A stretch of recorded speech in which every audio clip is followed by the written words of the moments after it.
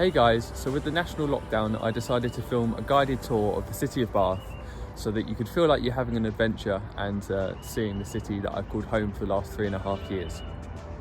I'm going to take you around the city and I'm going to explain the places I've been to, give you little bits of information and also drop in bits of history as well. Our journey today starts in Alexandra Park. It was created in 1902 to commemorate Edward VII's coronation. It sits on top of Beecham Cliff, which is right beside the city centre, which means we get these stunning views over the entire city. You can also see how the city sits in the bottom of a valley. It's surrounded by hillsides and these are known locally as downs.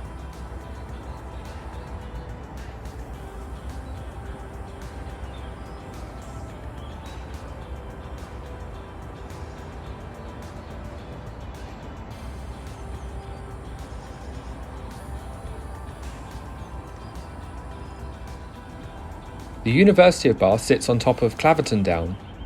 This hillside is actually full of mines once run by Ralph Allen, a local businessman, who used to mine and export Bath stone, which a lot of the city is made of. You can just make out the biggest campus buildings on top of the hillside.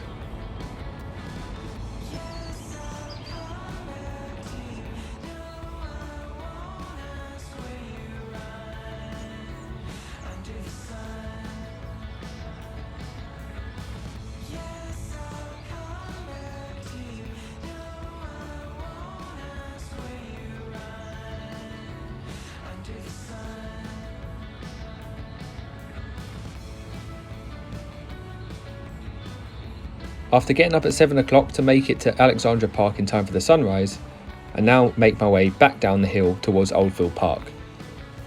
Oldfield Park was once a suburb and it's sort of been swallowed up by the city, but it's where a lot of students live. Bath was heavily bombed in the Baedeker Blitz in the Second World War as the Luftwaffe tried to damage picturesque cities to ruin the country's morale. Here in the middle of Oldfield Park is a memorial garden to remember the 400 Bathonians who were killed in the war.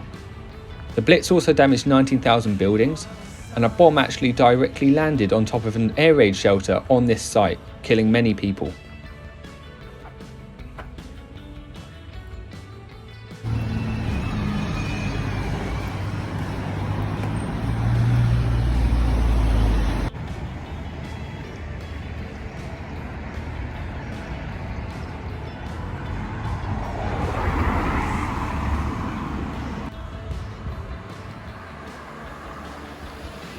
The next place I'm heading to is Bath Riverside. It was on this site that Stothert and Pitt, crane builders, once operated. They're responsible for a lot of the country's dock cranes, and they opened in 1855 and closed in 1989. The site was heavily industrialised, but as you can see it's now been replaced with some luxury flats and apartments, some of which have penthouse suites.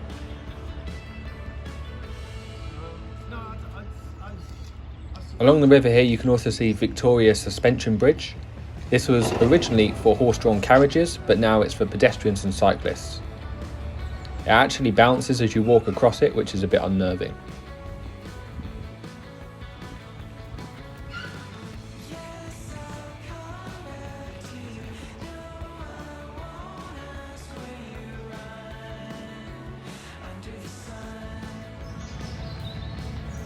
I'm now going to walk to Sainsbury's and you'll notice that the bridge I'm about to cross looks a bit like a railway bridge. But that's because it once was. Sainsbury's is actually built on the site of Green Park Station. This was Bath Station on the Birmingham to Bournemouth line. But after the Beeching report it closed in the 1960s and was replaced via Bristol. The station still exists, but the tracks have been removed and turned into a car park.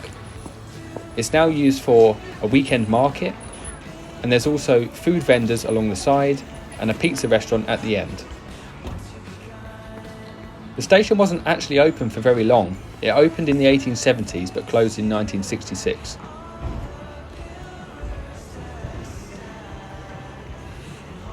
The old train line actually used to come straight across that bridge into Oldfield Park where we've just come from. It carved straight through the neighbourhood, through the hillside via tunnels and out towards Bournemouth. The tunnels, and where the train lines used to be, have now been replaced with a park. In the distance behind the bus is Green Park, and this sits right beside the river. This area is still being regenerated.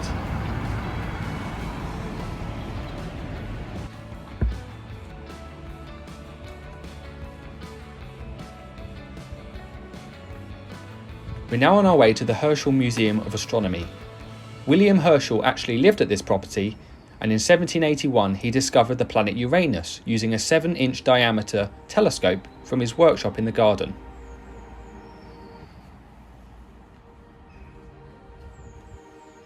Next up we have Bath Brewhouse. This is my favourite pub, and they serve a variety of standard beers but also some more unusual ones, including Bath ales. This is also where we find the cinema, a second Nando's, and also Wetherspoons.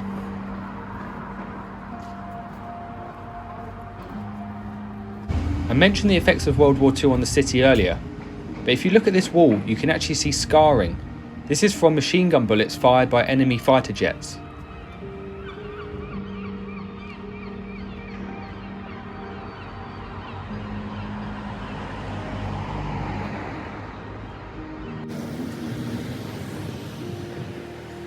Next we arrive at the bus station. This was recently redeveloped, and buses run here all over the country, whether it be National Express buses or the bus to the airport or buses to campus.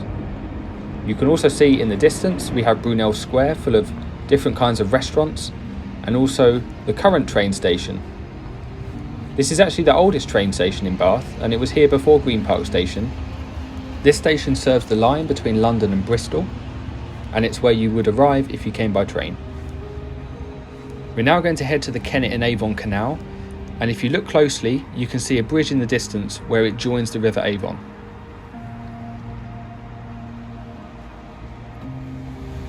Construction of the Kennet and Avon Canal actually started in 1718. It's 140 kilometres long, features 105 locks, and the lock we just passed is the second deepest in the country. It links the Avon with the River Kennet, allowing transport between Bristol and Reading. The canal was used for transporting coal and Bath stone, and the Dundas Aqueduct carries the canal over the original River Avon.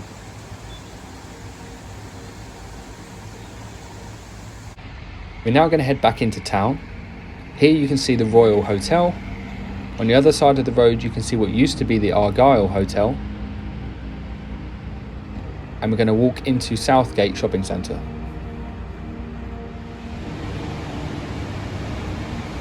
The shopping centre was recently rebuilt.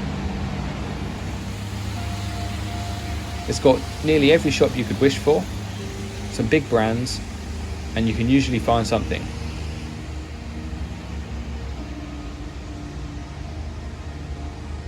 Different activities take place here during the summer. People hang out on the grass, enjoy a pint or a coffee, but also at Halloween they have a Day of the Dead festival.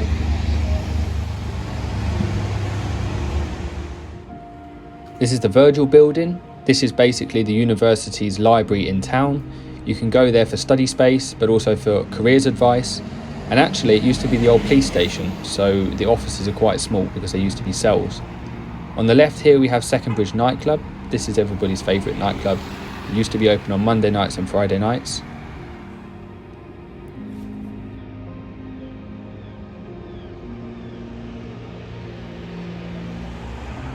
On the right you can see Admiral Nelson's house. He used to stay here with his wife during his time in England and also in London.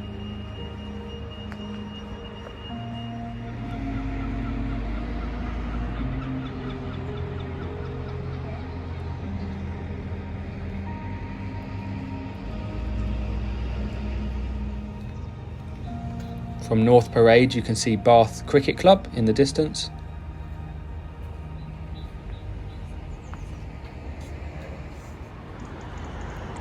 And here you can see the Rec, Bath Rugby Stadium.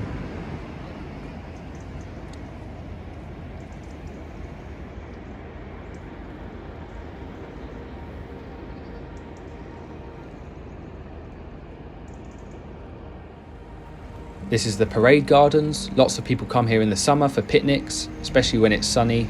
There's usually flower displays and the bandstand is usually being used as well. Next up we have my favourite building in Bath, the Empire Hotel.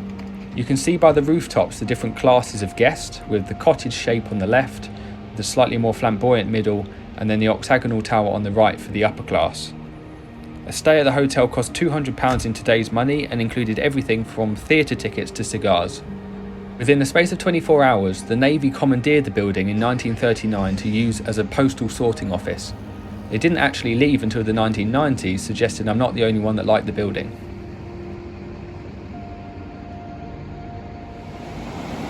Next up we have Pulteney Bridge.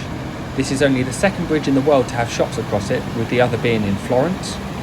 If you look at the weir, you may recognise this from Les Miserables, which is where Javert jumps into the water below.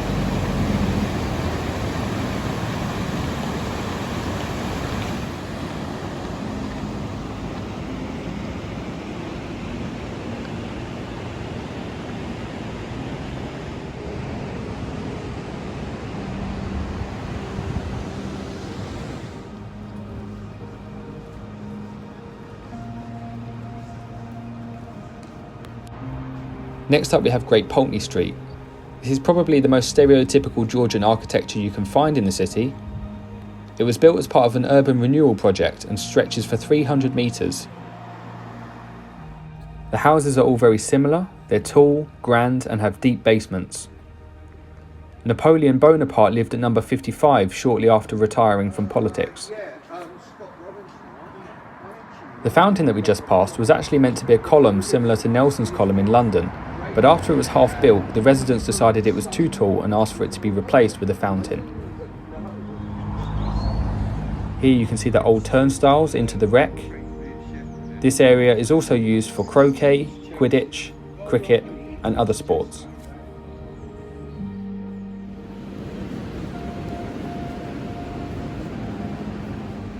We've arrived at the Holborn Museum, built in 1882 as the Sydney Hotel. Napoleon actually stayed here quite often before he bought his own house. In 1973, along with the university, the Sir William Holborn Art Collection was set up. He was a naval man and he collected art on his journeys. The hotel turned museum sits in the Sydney Pleasure Gardens. It was designed to give guests a good experience and time to unwind in the city. Brunel's train line actually runs through the park, so if you visit the city, you will have been to Sydney Gardens. The canal also cuts through the gardens, and had we continued walking earlier, we would have arrived here.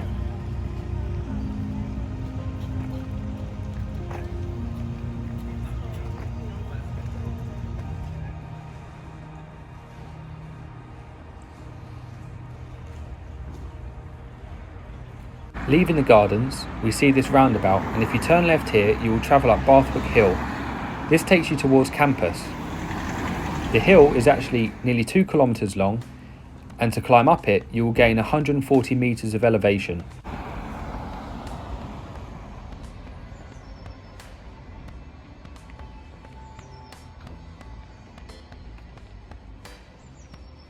Due to financial troubles, the urban renewal project largely failed. Only Great Pulteney Street and Henrietta Park were completed.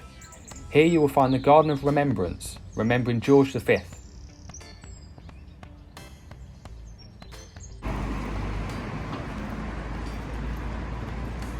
This is the Victoria Art Gallery, and on the side of the building, Queen Victoria stands guard.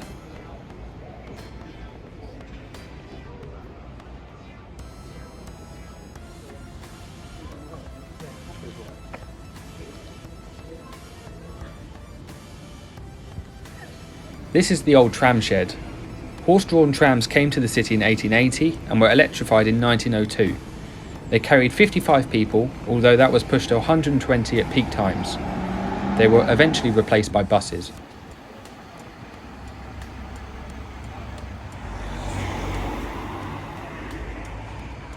Next up, we're going to climb some steps and arrive at the Paragon. This is another example of Georgian architecture, except it's curved. It was built in 1768 and is now the home of Bath's Architecture Museum.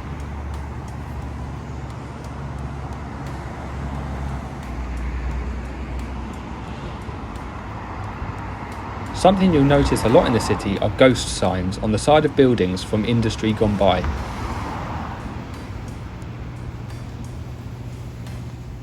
On the opposite side of the road is the Royal York Hotel.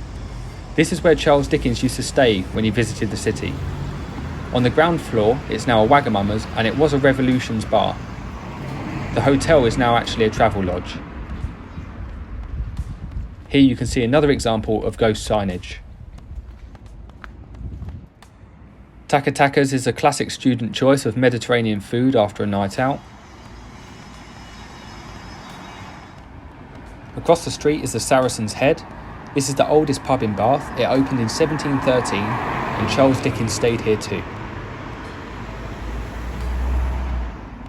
Bath's old post office is where the first stamp was used.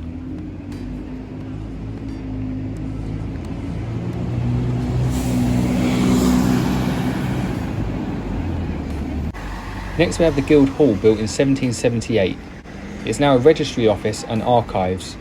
On the ground floor you'll find an indoor market. A market has been on this site for nearly 800 years. It was extended to celebrate Victoria's Diamond Jubilee. Off the main high streets there's a maze of corridors and passageways containing lots of different independent shops. Bath Abbey was built in 1499. It's the last medieval cathedral to be built in the country. It's famous for its vaulted stone fan roof, but Henry VIII closed it in 1539. It quickly fell into disrepair and its first restoration was in 1611. Coincidentally, it's now being restored today too. Walking around to the Abbey courtyard, you catch a first glimpse of the grand pump rooms and the Roman baths.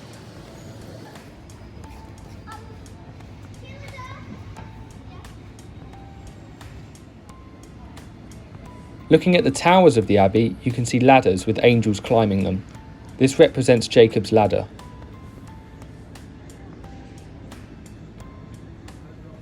The pump rooms were an alternative to the baths. People flooded to the city for the healing waters, but they didn't necessarily want to swim, so instead they came here and they drank from a tap. The waters are full of minerals and they're heated naturally geothermically. It's now used as a restaurant. On this site was the house that Mary Shelley once lived in. As a young 19-year-old, she attended lectures nearby and her lecturer told her that electricity could one day be used to bring people back to life. This inspired her to write Frankenstein, which she wrote right here in Bath.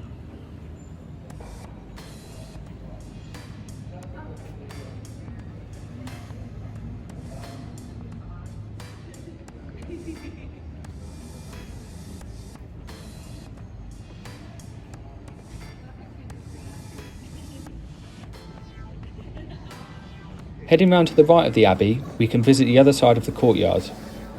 This square courtyard is often home to buskers. Bath is famous for its buskers and they draw big crowds. We can also see a better view of the Abbey.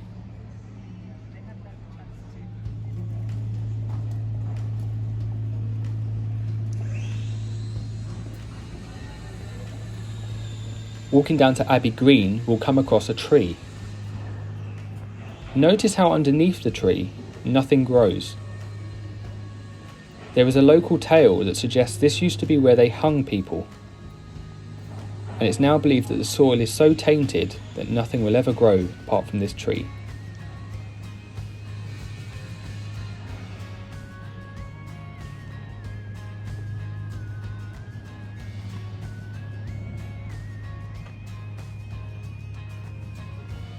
Turning left, we'll walk past the Bath Sweet Shop.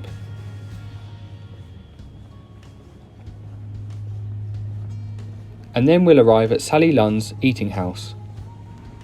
Bath is famous for the Sally Lunn bun, often served as a breakfast. The building is also the oldest house in Bath, and it's thought that the Sally Lunn bun originated in 1680 when a French Protestant refugee visited the city, who later became known as Sally Lunn. Charles Dickens actually references the buns in the chimes.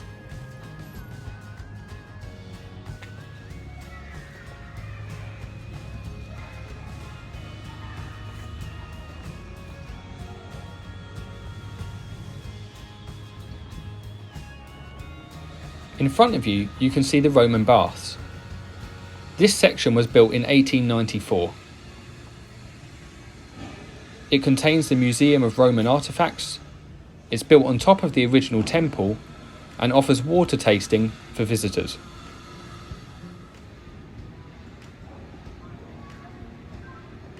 This links back up with the high street.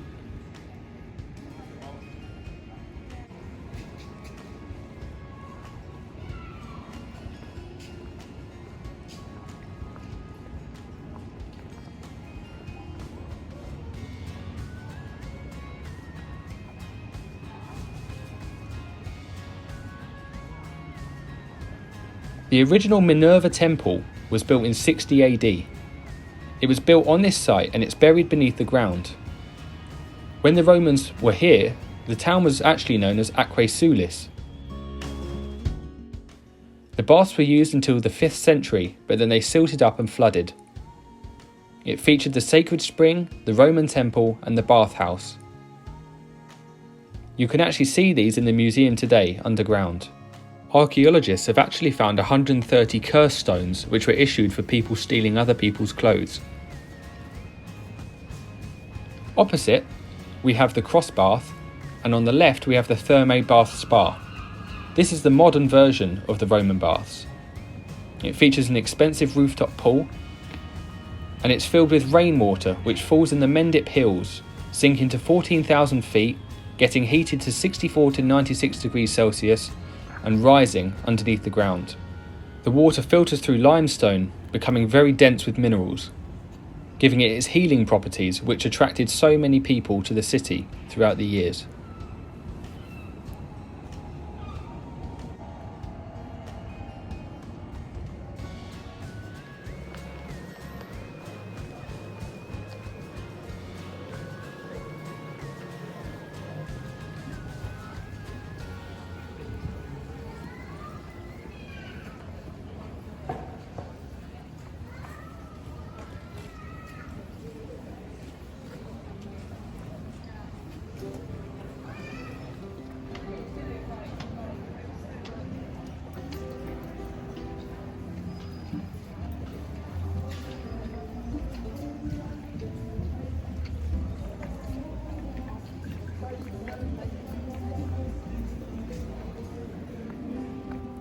The Bath Mineral Water Hospital was where people came to be treated for diseases using the natural spring waters. It's now an NHS hospital for rheumatic diseases. If you pass through the white doors and head down the staircase on the right, you will discover an excavated sample of Roman mosaic buried beneath the road.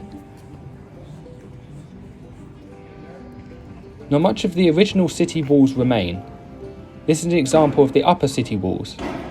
The other city walls would have been found by the Guildhall in the east and Southgate in the south.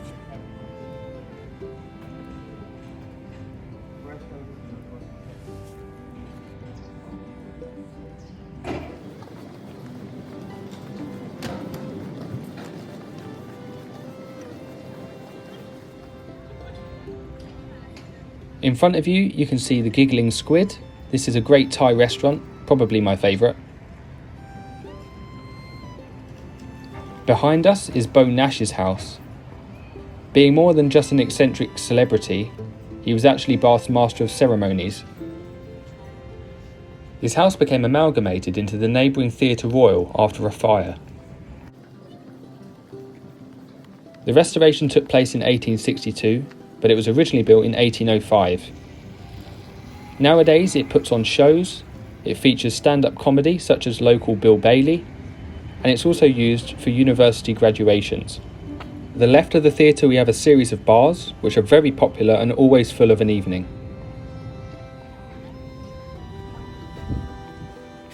There are reports that the theatre is actually haunted. Her name is the Grey Lady, and she appears to have been an old actress. Before the restoration post-fire, the original entrance to the theatre was actually found in Beaufort Square. As you can see, the theatre looked a lot more grand from this side.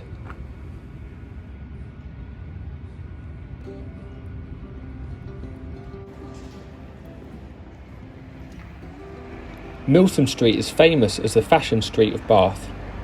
It features several high-profile designer brands. On the right-hand side is The Botanist.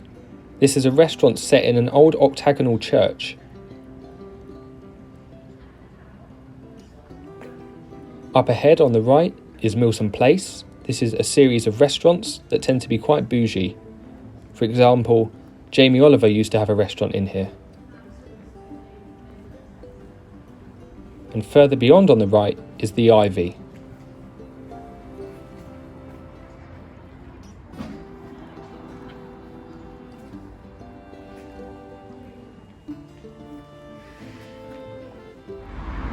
At the top of Milsom Street is George Street. We've been here before with the York Hotel. Here we find Slug and Lettuce,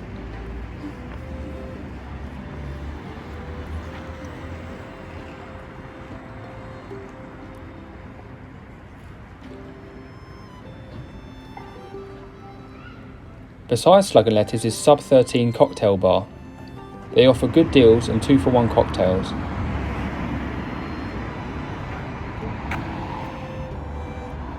Moles is another student favourite nightclub, especially on Tuesdays with Cheesy Moles featuring ABBA and Queen music. Here at 25 Gay Street is Jane Austen's fourth house in Bath.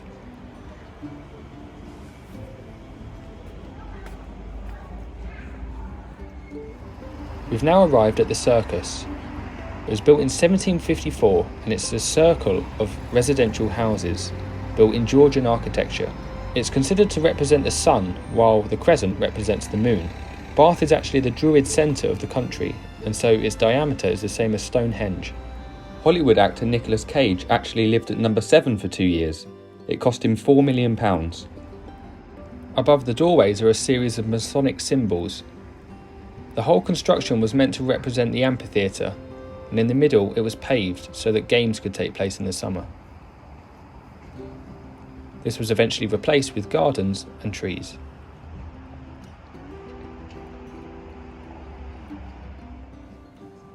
The Bath Assembly Rooms were built in 1771.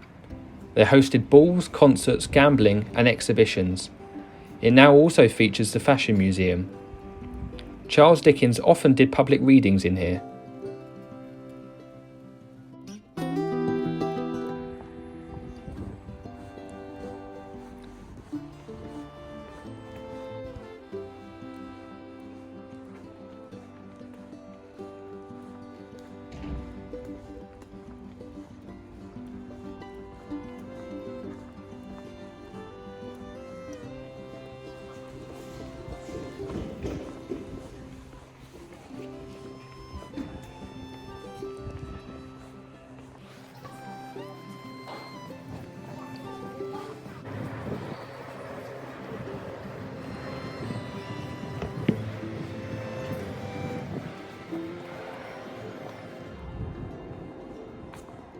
Walking to St James's Square, we find Charles Dickens' house. Although there's a plaque on the wall, it's a bit of a misnomer because he never actually owned the property, although he did visit his friend, another author who lived here. That friend happened to be Walter Savage Landor.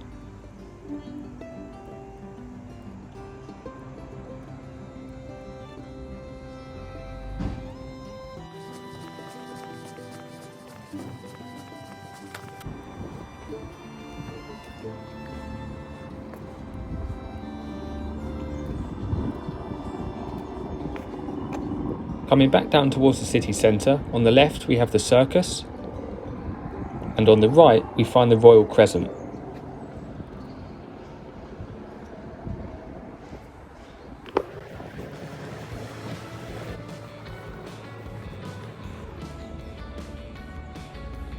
The Royal Crescent was built in 1774 and features 30 houses in a moon shape. Number 1 is now a museum, and it's designed in traditional styles.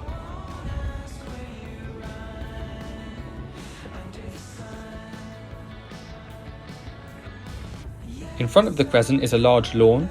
The area closest to the buildings is private, but the area further down is open to the public. Students and locals tend to spend a lot of time here in the summer.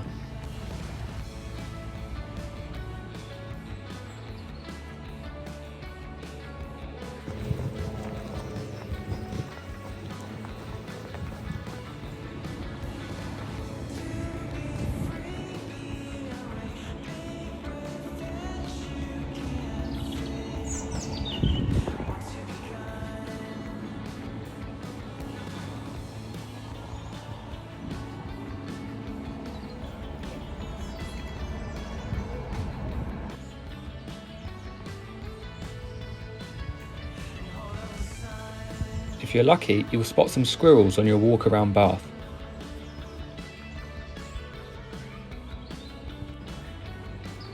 At the back of number 4, the Circus, you can see a typical example of Georgian gardening.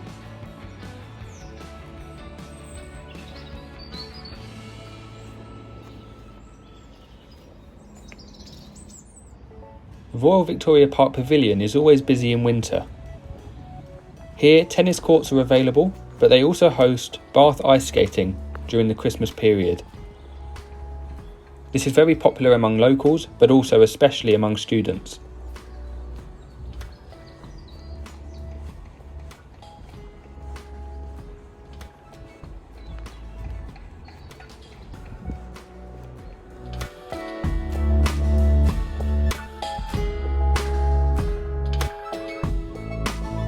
Right beside, you will find the Victoria Falls Adventure Golf. This features 18 holes and it has a stream that runs through the middle. At Christmas time, they replace the balls with ones that glow in the dark.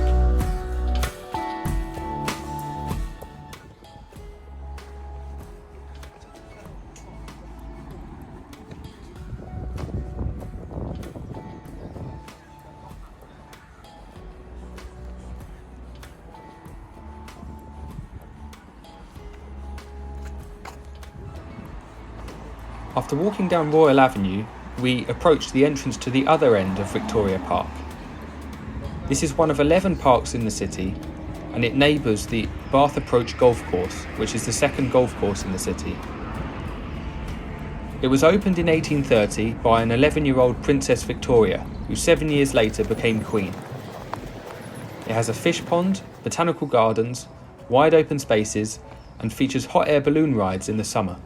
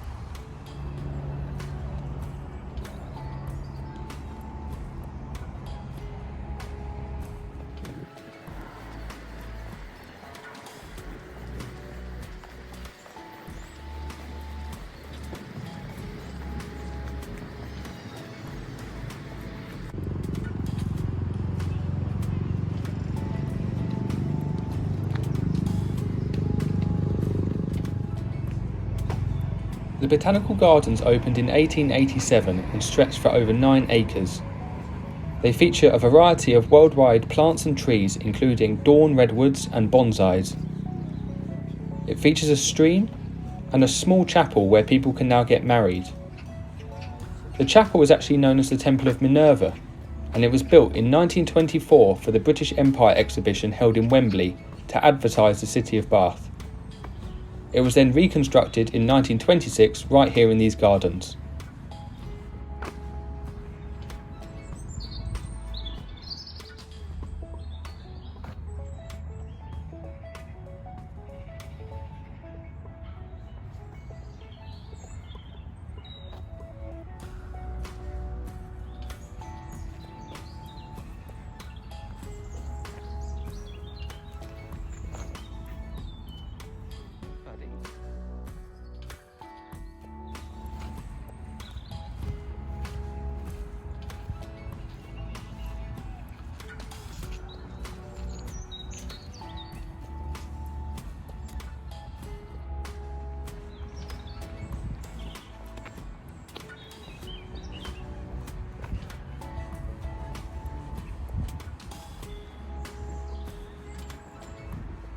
Here on the right you can see the Temple of Minerva with the words Acre Sulis and City of Bath sculpted into the parapet.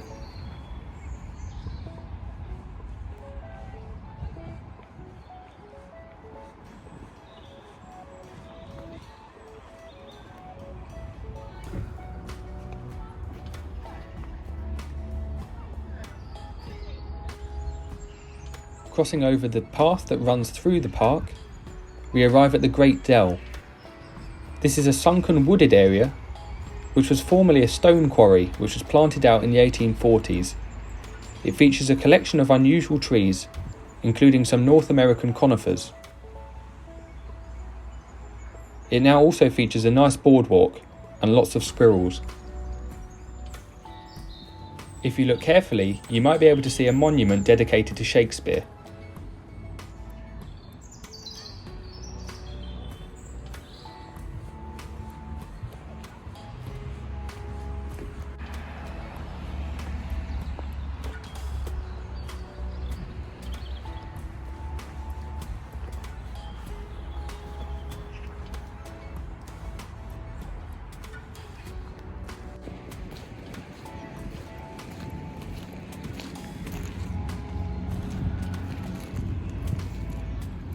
The last surviving fighting Tommy, Harry Patch, was born in the city.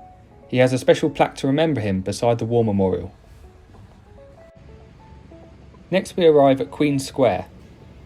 In the centre you'll see an obelisk which was installed by Beau Nash in 1738. The area is now largely offices, but it still features the original Francis Hotel. At the weekends, the area hosts an artisan market.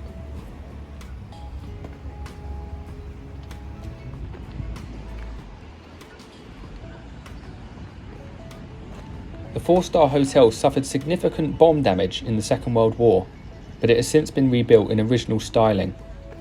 Here you can see on Barton Street yet more examples of machine gun scarring on the walls.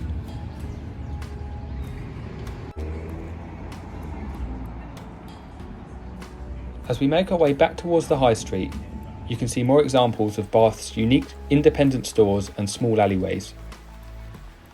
On the left here is the gin bar, which serves a variety of different flavoured gins, and further down on the left is the rum bar.